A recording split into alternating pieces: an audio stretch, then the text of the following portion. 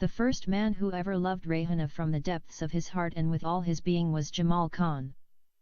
Likewise, Rayhana Khan did not love any of her rich male employers and did not allow any of them to have sex with her no matter how much money they offered her. By the way, 75% of the 150 million Muslim Indians have the family name of Khan and the remaining 25% are the sheikhs.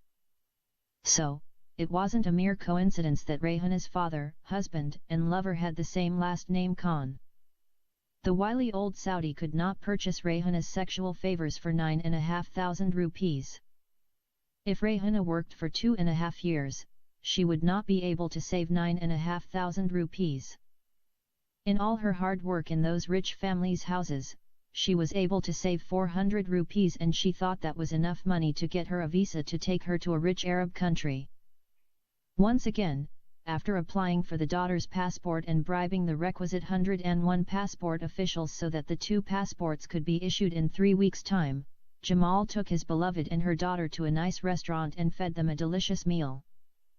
This time, instead of spending an hour in the restaurant like the previous day, the lovers spent 3.5 hours together. In India, if you were a lover, or did not have any work to do and wanted to sit in a restaurant for 6 hours, you would be allowed to do so as long as you keep ordering different items from the menu. After consuming the delicious food, Jamal ordered the dessert, then the sweet dish, then the ice cream, then the cold drink, then the tea, and lastly, the coffee. Incidentally, dessert and sweet dishes are not the same thing for Indians. Every state in India has its different kind of sweet dish. Jamal's love wasn't anything like his office colleagues had concluded. This was no one-sided affair. He could see the love in Rayhana's beautiful eyes and could hear it in every word she spoke to him. He read it in her smiling lips and felt it in her joyful laughter. In the third world, the girl wasn't expected to tell the boy, "I love you," nor should she respond affirmatively when her lover says, "I love you and I am ready to die for you." Her silence was her consent. Jamal knew that if he did not confess his love for her that very day, he might not see her again until the day the 2 passports and accompanying visas arrived at the travel agency. Until that day, it was conceivable that his unpredictable boss might fire him, or he might fall ill or be hit by a car and admitted to the hospital. Jamal asked himself why I should take a risk. He did not know where Rayhana lived. She told him that she was living in a slum in Dharavi, but there are more than 5 million slums in that dense overpopulated place. Dharavi is the second largest slum area in the entire world. The largest, apparently, is in Mexico City. For Jamal to find his beloved in that gem-packed slum area would be like searching for an ant in the Amazon. People in Dharavi area were stuffed together like eggs. They had no addresses and none of them known how to read and write or expect to receive mail. Jamal's boss told him that when he filled out Rayhana and her daughter's applications, he should use his own address. At that time, Jamal lived in a chawl with an address. He studied until grade 12. When the 2 passports of Rayhana and her daughter were issued, they were supposed to be mailed to Jamal's address. Since many employees in the passport office had already been bribed, the 2 passports would possibly go directly to the travel agency. So, Rayhana and her daughter were supposed to come after 21 days to collect their passports, visas, tickets, and some US dollars. They would then head to the Bombay International Airport the very same day. Mr. Muhammad himself would be waiting for them at the airport to see them off.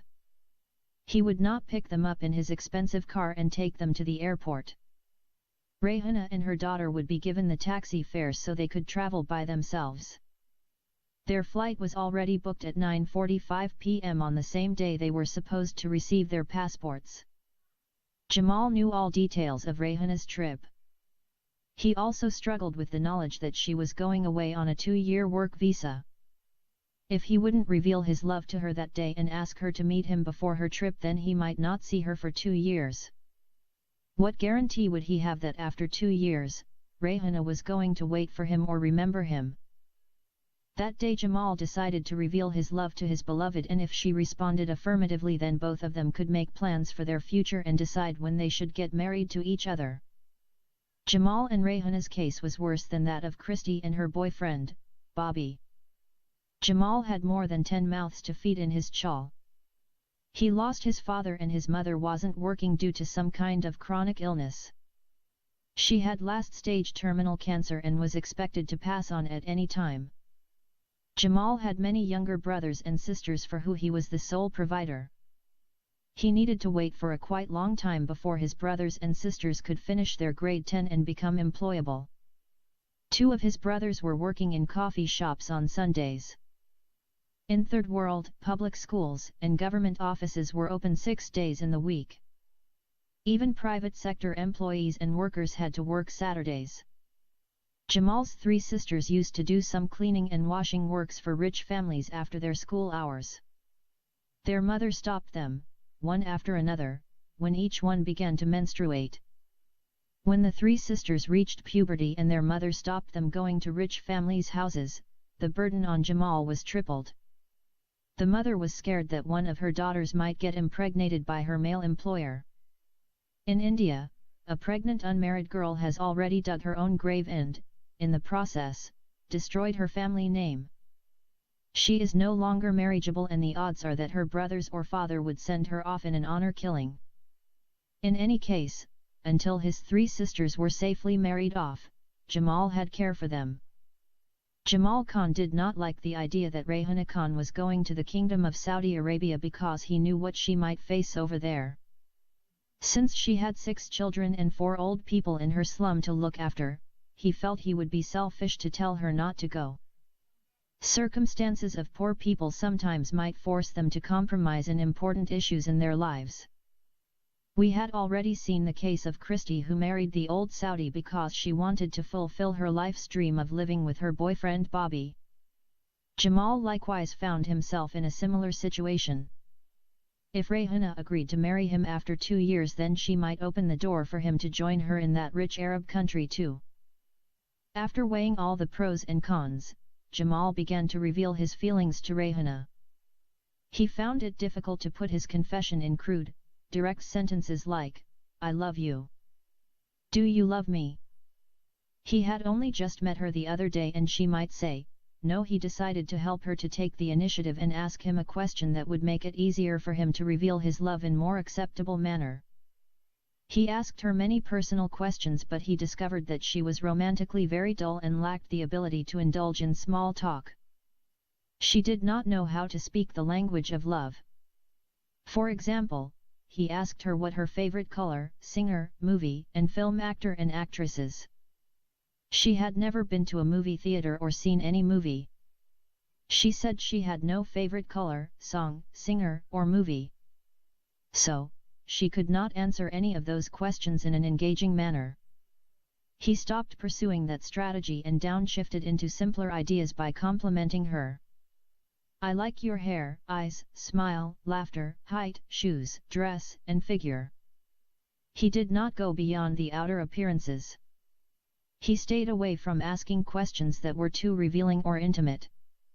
Nevertheless, all those questions and praises did not lead her to ask him, "Why do you want to know everything about me?" or "Why do you compliment me so much?" He thought if she asked him any of those questions, then he would tell her plainly, "Because I love you." When none of his tactics worked out, Jamal decided to go deeper and told her, "I like your body." No signs of a positive response. "You look hot in your lovely dress." She had no clue what this sentence stands for. "You have sexy body." Still no signs of a sexual reaction. "I like your lips and breasts." At this stage, Rayhana showed some signs of a positive response. She became shy and turned her face downward. Then, Jamal took hold of her both hands and began to caress them. She did not pull her hands away or stop him. The feeling of her hands generated great pleasure in him. He had never had that kind of strong desire and pleasure before. His right hand released her left hand and moved slowly to her cheek. He began to feel her smooth and delicate cheek. He could hear that she was breathing a bit louder than before. Rayhana had never been so lovingly touched before. She had never been kissed either. Her late husband had no idea that the man should kiss and fondle his wife before making love to her. He just used to fall on her body like an animal jumping over the body of its mate. That day for the first time, Rayhana enjoyed touch of a man. She did not know what she should do and just let Jamal's hands continuing to caress her hands and feel her cheek. When Jamal's hand moved from her cheek and began to feel her lips, she responded. Her legs beneath the table spread and she became ready for love. She closed her eyes, opened her legs, and waited. At that moment, she was ready to give Jamal whatever he desired of her. She was fully carried away by the touches of her lover and forgot where she was. Instead, she heard his voice saying to her, "I love you." No man ever told her before. "I love you." Rayhana did not know what to say in response. She just remained silent. Her silence was considered by Jamal as a confirmation of her love for him. If it wasn't for the fact that they were out in public, seated in a restaurant, and the daughter was with them, he would have kissed her lips and she would not have minded at all. Before saying his goodbyes, Jamal asked his beloved to meet him again. Rayhana agreed to meet him, but she didn't know where to come and meet him. She asked him another silly question, which exposed her social awkwardness. Should she see him at the travel agency and what was the reason of their next meeting? Jamal knew if she come to meet him in the office his wicked boss would fire him and he might go further than that and rape Rayhana. Considering the risks, he warned her in no uncertain terms not to step foot into the office again until the passports arrived in 3 weeks. Then, he explained to her in simple and straightforward words that he loved her so much and for that reason, he wanted to meet her again and again until the time of her departure. He told her that it was customary for Bombay lovers to meet and be intimate by the beaches. Then, and only then, the inexperienced Rayhana come to the realization that as lovers, they were to meet and enjoy each other's company. There are places in Bombay that would not look out of place in Western countries. Among the most beautiful were Colaba, Churchgate, Nariman Point, and Cuff Parade. Of course, there were other wonderful areas in that cosmopolitan city, but the beauties of those places were blemished by the ubiquitous slums and shawls that encircled them. The above-mentioned areas were bereft of the usual deluge of poverty-stricken homes. In other Indian cities, people would tell you that just because you had seen Bombay don't say that you had seen India. Some Indians hate Bombay because they believe that it does not portray the Indian people and their culture correctly. In Bombay, everything was allowed and practiced openly. Lovers sit by the beaches of those wonderful areas and hug and kiss each other with impunity, and the police would protect their right to privacy and intimacy. There were 3 official red light areas and each area had thousands of prostitutes. Call girls were everywhere. Drugs were sold in the streets like groceries in stores. Every restaurant was allowed to sell alcohol.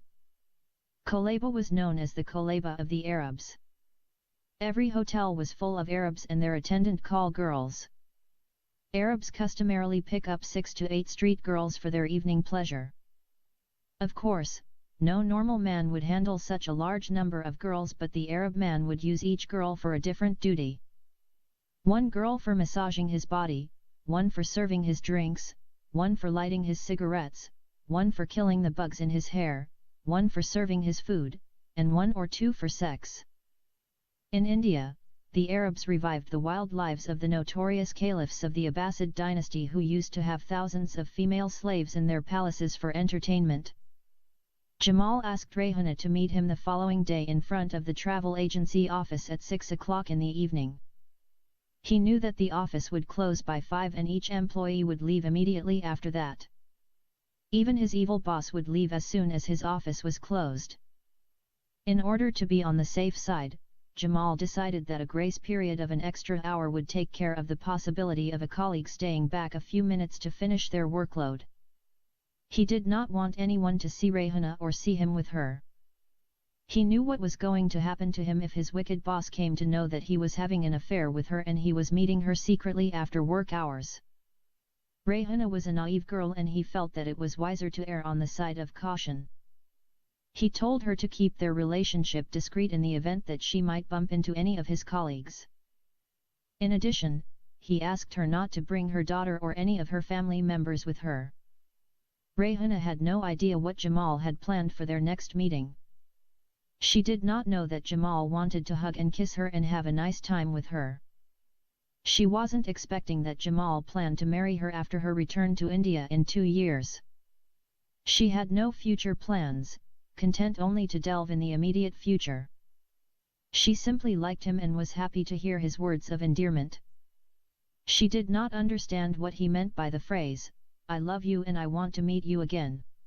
Although she had already fallen in love with Jamal, she did not understand the meaning of the phrase "I love you." Things went perfectly and the two lovers met near the office. Taking a taxi to Church Gate, they picked a wonderful spot by the beach at Marine Drive. If you did not arrive in time with your date, chances are all spots would be taken. By 7 p.m., the place would be packed with lovers. The whole area from the Malabar Hills to the Air India building and the Oberoi Towers was called the Queen Necklace. It was called so because it resembled a half circle like a necklace. It was such a large area that one needed an hour of driving to cover it from one end to the other. The cool breeze generated by the waves of the Arabian Sea made it the location of choice for lovers in India. Bombay was built around an ocean that some people called Arabian Sea and some called the Persian Sea. It is the northwest part of the Indian Ocean between Arabia and western India. Everywhere you would go in Bombay, you would discover the whole city is essentially one huge beachfront property. In fact, it should be called a gulf rather than a sea. In Arabic, it is correctly called the Arabian Gulf and not the Arabian Sea. By the shore of the beautiful Queen Necklace and while surrounded by young lovers, Rayhana Khan, for the first time in her miserable life, was hugged by a lover and experienced her first kiss on the lips. Before that day, she had never known what a kiss was, or that lovers were to hold each other and enjoy each other so dearly. Tears sprang from her eyes when she remembered her miserable past life with her late husband and coursed down her face at the realization that in a few days she was going to leave her lover and travel to an unknown destination. It wouldn't be a separation of 1 day, or 1 month, but 2 long years. Would Jamal wait for her that long? Would he remain single until her return? Would he even think of marrying a second-hand wife? In the third world, a girl loses her value and worth as soon as she is married, divorced or a widow, no matter what her situation. As if the woman was a car that registered and resold, she would be considered pre-owned. Every man around her would like to have sex with her but no one would want to marry her. And if she found someone to marry her, that person would be an old man, or an ugly man, or poor, someone who was mentally retarded, or half-mad, or handicapped.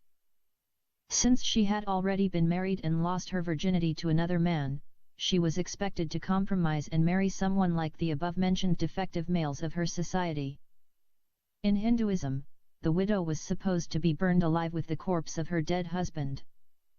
If the widow refused to practice sati with her dead husband, then she had to remain unmarried for the rest of her life.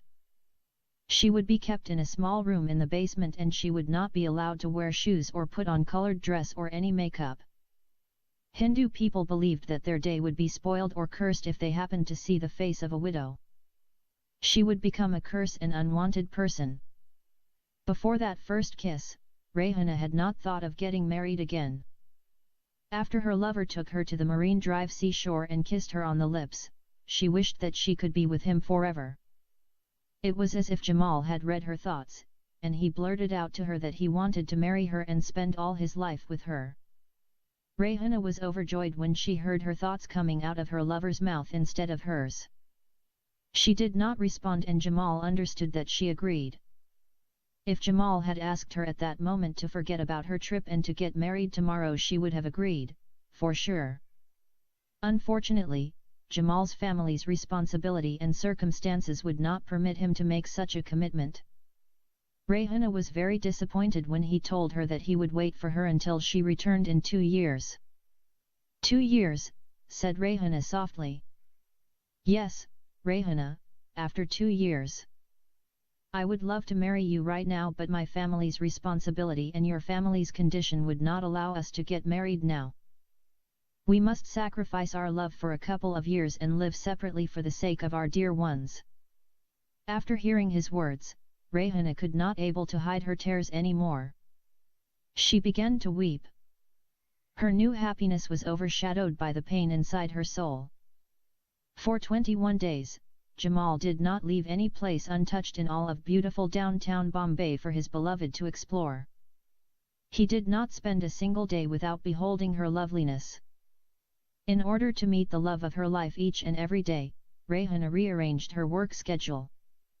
Whereas she used to work for the rich families from 6 o'clock in the morning until 8 o'clock in the evening, after she met and fell in love with Jamal, Rayhana cut her working hours from 15 hours to 10 hours a day. She used to work 7 days a week, more than 8 hours a day, and she never received any overtime pay.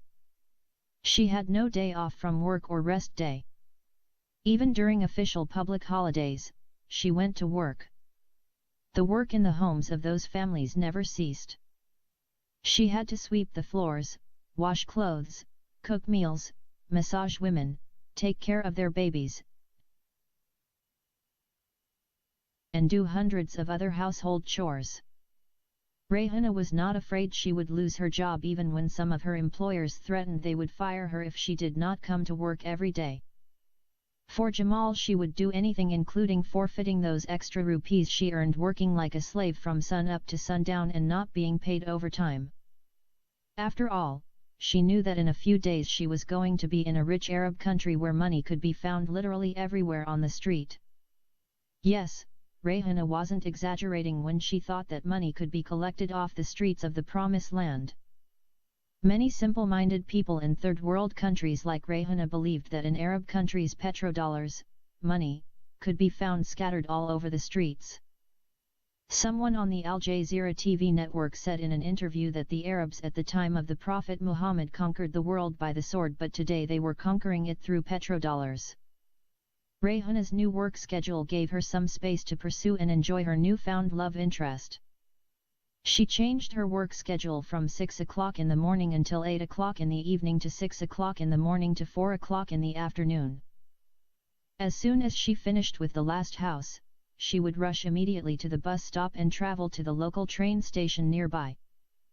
She would then take the train to Churchgate, where Jamal would be waiting for her near his workplace. As soon as they met, their romantics began. He would embrace her in his arms and start kissing her in the taxi cab on the ride to their desired place. It was okay to hug and kiss in the back seat of a taxi cab, but sex was not allowed. Some overly anxious lovers and men picking up street women or girls often go further than kissing and hugging. They manipulate their hands to do things a decent man like Jamal would never do to his beloved in a public place. In fact, Jamal had not asked Rayhana to make love to him this way, for he wasn't intending to take advantage of her love before they wed after 730 days. He was determined to abide by their initial agreement. Nonetheless, on a few occasions while he was kissing her by the seashore, he was carried away by her charm and strong femininity. He touched her in very sensitive areas, which might be counted as lovemaking in progress but not fully consummated sex. In order to prevent our imagination from running wild and assuming things happened between the lovers which did not occur, it is sufficient to say he just touched her breasts and the area around her waist, but his hands did not descend lower than that. A few times, his hand ventured below her shoulders and breasts and slipped beneath her upper dress and felt her smooth, delicate body. Rayhana would not have stopped him if he had gone further in arousing her every sensation. In fact, if Jamal had suggested they rent a room for 1 hour and have sex, she wouldn't have objected. During those 3 weeks, she had fully surrendered her mind, body, and soul to him. In Bombay, there were small hotels and motels that rented rooms for an hour or a couple of hours for couples wanting to have sexual activities. Most of those rooms were made of wood and they were as small as washrooms. These kinds of acts were illegal of course, and sometimes the police would crack down on prostitutes and their clientele. Many times foreigners were arrested along with their call girls and street women. Those detained among the many foreigners were the usual suspects, namely Arabs. For Rehana Khan, those 21 days were the most wonderful days of her life. During those blissful days, she enjoyed her lover in every way possible, physically, mentally, and above all emotionally. She saw things and visited places that she had never seen before. She never would have known such a life was possible if she had never met Jamal Khan and fell in love with him. For the first time in her life, she experienced watching a movie in a theater sitting by her lover. When she said she liked the movie, Jamal took her to see other motion pictures at the Eros and Regal cinemas. He also took her to tourist places such as Elephanta Caves Island, Hanging Gardens, Malabar Hills, Chowpatty Beach, Juha Beach, Prince Charles Museum, Essel World, Haji Ali's Mosque, Gateway of India, etc. They even visited beautiful areas where foreign consulates and banks were located in Cuff Parade and Nerman Point. During those 21 days, not a single day passed without the lovers visiting the Queen Necklace where their love was sealed with their first kiss. This first kiss was not alone but gave birth to many more hidden and explosive passions of love. To describe in detail all the wonderful days Rehana enjoyed with her object of desire, one would need to speak volumes and write a fairly good-sized book. You see, the destiny of poor people was not in their own hands. Their uncontrollable circumstances would decide for them where to go, when to go, and how to go. Their circumstances also determined what they would eat, when they would eat, and how they ate. Many had no fixed mealtime and they had to eat food whenever and wherever they could find it. If their luck ran out and they did not work for several days, they would starve to death and die like stray dogs on the streets. If you happened to see one of the two movies Slumdog Millionaire or Salaam Bombay, you would have an idea of what I am trying to say. In India, the destiny of a poor person would be decided by someone richer or greater than them, or as Indians say, by the upper wala dot. Indians refer to this term as meaning the one in heaven or God. An Indian professor once said to her students, even God would not solve the problem of poverty in India. The Indian professor was a sage, and it would not be appropriate to disagree with her being a wise person if you could not present a logical refutation or practical solution for what she had wisely spoken. Anyway, after 3 weeks Rehana and Jamal's circumstances forced them to come down from that heavenly cloud and face reality. Jamal could not forget the day his most treasured and beloved, whom he had romanced for so many days, came to collect her papers and say goodbye my love and see you after 2 years. Rehana could not keep her eyes from shedding tears in front of the other employees when she knew that she was not going to see her Jamal for very long time. The boss himself came out of his office and handed over to Rehana in front of his employees 2 passports, visas, tickets, and 500 rupees. He also gave her a closed envelope containing currency in US dollars. He did not tell her how much was inside the envelope but told her not to open it until she reached the airport. At the last moment, the boss made a slight change in Rehana and her daughter's itinerary. Previously, he had decided he was going to meet her and her daughter at the airport, pay for their taxi fare to the airport, and give them the envelope with funds for their trip. Mr. Muhammad told Rehana in front of his employees that he had some urgent work needing his attention and he could not go to the airport to see her off on their flight. He said further, instead of him the Sudanese boy, Babakir Al-Awar, would meet them at the airport and help her and her daughter check their bags and continue on to board the plane. Why did he choose Babakir and not Jamal? At the moment, we don't have an answer to that question. Muhammad was not the kind of man to be questioned. Once he made a decision, it wasn't his nature to change it. Nevertheless, the employees knew why their boss had changed his mind and decided not to go to the airport. Just before Rehana arrived at the office, a rich Indian lady from Bangalore called the office and informed one of the girls that she was coming to Bombay and asked her to tell her boss to meet her at 8 o'clock in her luxurious suite at the Oberoi Hotel.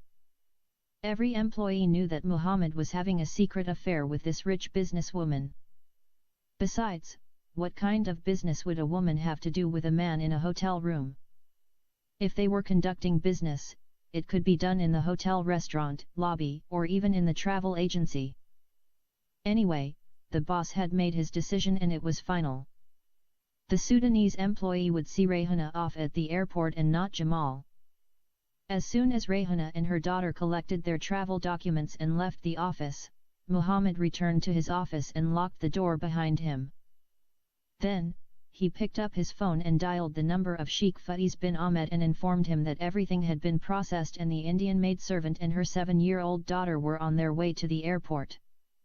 He told him how much his office had spent on preparing all the necessary paperwork for Rayhana and her child. Of course, being greedy, he doubled the amount actually spent processing the documents. The Saudi told Mr. Muhammad that he would send his secretary immediately to the bank and transfer the exact amount to his account. After that, Muhammad gave the Saudi client the name of the air carrier and the flight number of the plane that was going to bring him his pretty young maidservant to the Kingdom of Saudi Arabia.